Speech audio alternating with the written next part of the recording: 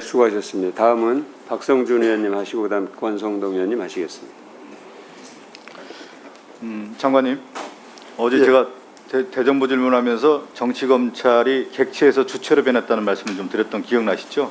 김종민 의원과 같은 맥락입니다. 과거의 정치검찰은 자신들의 안위를 위해서 그 권력과 결탁해서 부당한 요구를 받아들이는, 어떻게 보면 정치 권력의 종속 변수로 작용했다고 하면 이번 사건 같은 경우 뭐냐면 정치검찰이 주체가 돼서 스스로 권력화하고 그것을 정치 공작화하고, 그것도 야당과 유착관계라고 하는 이 메커니즘이 작동한 것이 아니냐라고 하는 합리적 의심이 드는 가장 의혹이 제기되고 있는 사건입니다.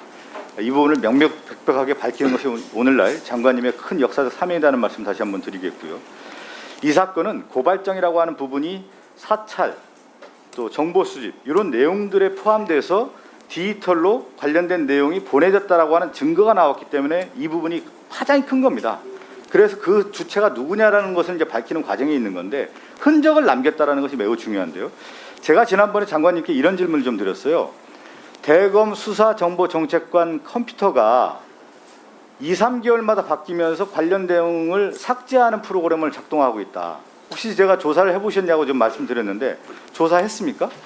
디가우징이라는 건데 그것은 아마 정보를 다루는 부서에서는 일상적으로 하는 것 같습니다. 일상적으로 한다고 하는 것을 좀 이해가 안 가요. 이 프로그램을 보니까 완전 복구되지 않도록 하는 장비를 만들어서 이걸 전문 용어로 디가우싱이라는 용어를 쓰더군요. 그런데 우리가 일반적인 관련된 문서라고 하는 것은 저장을 해서, 이 저장에 대한 것은 뭐냐면 이 사람이 이런 일을 해왔다라고 하는 책임 소재를 밝히기 위해서 하는 거 아니겠습니까?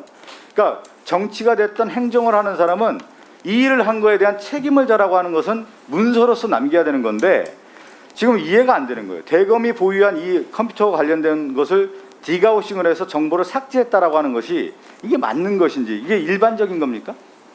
박성준 의원님의 염려 충분히 공감합니다. 그러니까 이때 이 디가우싱이라고 하는 것을 누가 지시를 했는지, 왜 했는지는 저는 나와야 된다고 봅니다. 이것을 관련된 그 자료를 좀 확인하셔서요, 누가 지시했고 이걸 왜 했는지를 분명히 좀 밝혀야 된다. 이것은 책임을 지지 않겠다라는 거거든요. 그리고 보안 규정상 관련 자료를 삭제하는 것이 정보부서의 보관 규정, 이 규정에 위반하고 있는 것이 저는 밝혀야 된다고 봅니다. 왜 그러냐면 수사정보정책관실이 어떤 일을 해왔는지, 뭔가를 숨기기 위해서 이 정보를 삭제했는지 이 부분을 밝혀야 되는 거 아니겠습니까? 장관님 잠깐 말씀해 주시겠습니까? 예, 뭐 당연히 그것도 조사 대상입니다.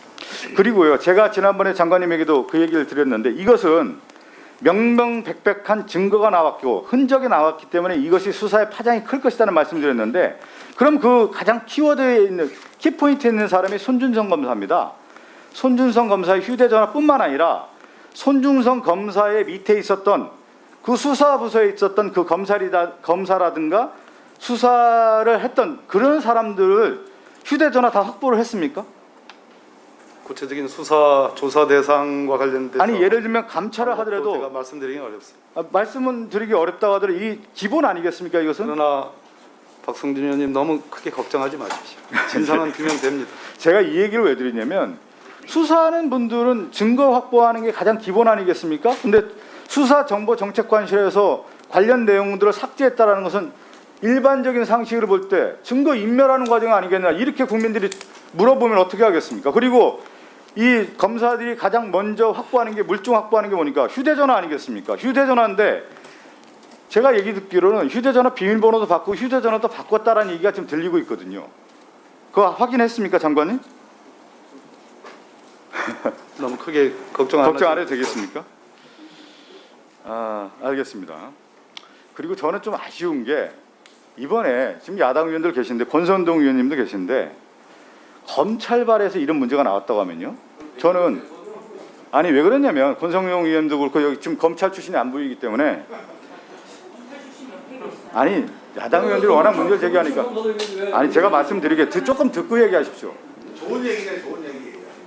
검찰 조직 구성원들 자신들의 목적을 위해서 이것이 악용하는 거 아니겠습니까? 조직과 기능을 악용한 거 아니겠습니까? 저는 최소한의 사과가 나와야 된다고 보고, 그러면 뭐냐면, 아니 좀 들어보세요. 아니 들어보시고 얘기하세요. 그러면 야당 의원과의 유착관계가 있다고 하면 오히려 야당 의원들이 명명백백하게 밝혀야 된다라고 얘기하는 게 타당한 거 아니겠습니까? 저는 그렇게 생각됩니다. 오히려 선배로서, 검찰의 선배로서 이 문제를 밝히는 것이 오늘날 검찰의 기강을 바로 세우는 것이고 헌정 질서를 바로 세운다, 이렇게 말씀하는 게 타당한 거 아닙니까? 장관님 어떻게 생각하십니까? 의원님이 걱정하시는 그 대목 때문에 제가 그리고 깊이 공감합니다. 저는 이 생각도 들어요.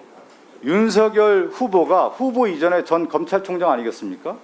이렇게 문제가 불거졌다고 하면 자신이 소상하게 밝히는 게 마땅합니다.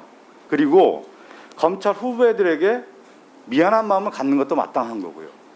저는 그리고 또 하나 한편으로는 지금 이제 검찰 관계자들 좀 나와 있는데, 가장 조직이 건전하려고 하면 뭐냐면 조직에는 내부의 비판 견제 감시 기능이 있어야 되는 거예요. 저는 이 검찰 내부에 비판 견제 감시 기능이 없는 거 아니냐. 견제받지 않는 권력이 분명히 있는 것이고, 또 하나는 이쯤 됐으면 검찰 내부의 후배들이 야, 이게 문제 있다, 우리가 나서서 이걸 밝혀야 된다라고 하는 목소리가, 자성의 목소리가 나오는 것이 이 시점에 다 당연하다고 저는 생각됩니다. 지금 검찰 내부에 그런 목소리가 나왔습니까? 박성준 의원님 지적에 깊이 공감하고, 우리 검찰에도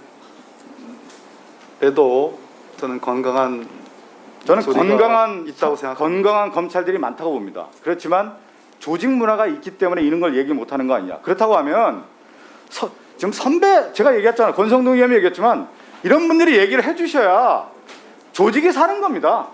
그리고 그 조직의 기강이 살고, 그것이 결국은 뭐냐면 국가 기강이 설면서 국민들이 편안하게 살 수 있는 겁니다. 저는 이 자체가 검찰이 정치 주체화되고 이 정치 자체까지 흙탕물을 만들어가는 것이 개탄스럽다는 말씀을 좀 드리면서, 돌이켜보면 문무일 검찰총장 체제 때 제가 법사위 간사였습니다.